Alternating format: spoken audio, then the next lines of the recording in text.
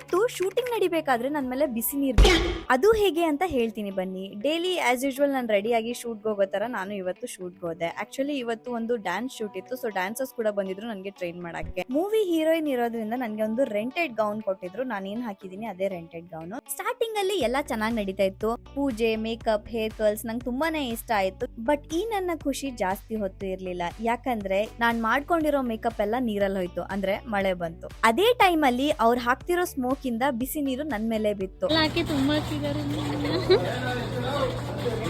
ತುಂಬಾ ಹೊತ್ತು ವೇಟ್ ಮಾಡಿದ್ರು ಮಳೆ ಬರ್ತಾನೆ ಇತ್ತು. ಸೊ ಅದಕ್ಕೆ ಮಳೆಲೆ ಶೂಟ್ ಮಾಡಿದೆ. ಆಲ್ರೆಡಿ ಡ್ರೆಸ್ ಭಾರನೇ ಇತ್ತು, ಬಟ್ ಮಳೆ ನೀರಿಂದ ಇನ್ನೂ ಭಾರ ಆಯ್ತು. ಅದಕ್ಕೆ ನನ್ಗೆ ನೆಕ್ಸ್ಟ್ ಡೇ ಕೈ ನೋವು ಬಂತು. ಯಾವ ರೀತಿ ಕೈ ನೋವು ಬಂತು ಅಂದ್ರೆ ನನಗೆ ಯೂಟ್ಯೂಬ್ ವಿಡಿಯೋಸ್ ಏನು ಎಡಿಟ್ ಮಾಡಕ್ಕೆ ಆಗಿಲ್ಲ, ಇನ್ನು ಪ್ಲೇಟ್ ಎತ್ತಕ್ಕೂ ಆಗ್ತಿರ್ಲಿಲ್ಲ, ಅಷ್ಟು ಕೈ ನೋವು ಬಂದಿತ್ತು. ಬಟ್ ಆದ್ರೂ ನಾನು ಗಿವ್ ಅಪ್ ಮಾಡ್ಲಿಲ್ಲ. ನೆಕ್ಸ್ಟ್ ಡೇ ಮತ್ತೆ ಶೂಟ್ಗೆ ಎದ್ದು ಹೋದೆ. ಅಂಡ್ ದಟ್ಸ್ ಇಟ್ ಗೈಸ್, ಇವತ್ತಿನ ವಿಡಿಯೋ ಇಷ್ಟೇ. ಮತ್ತೆ ಸಿಗೋಣ. Okay, by.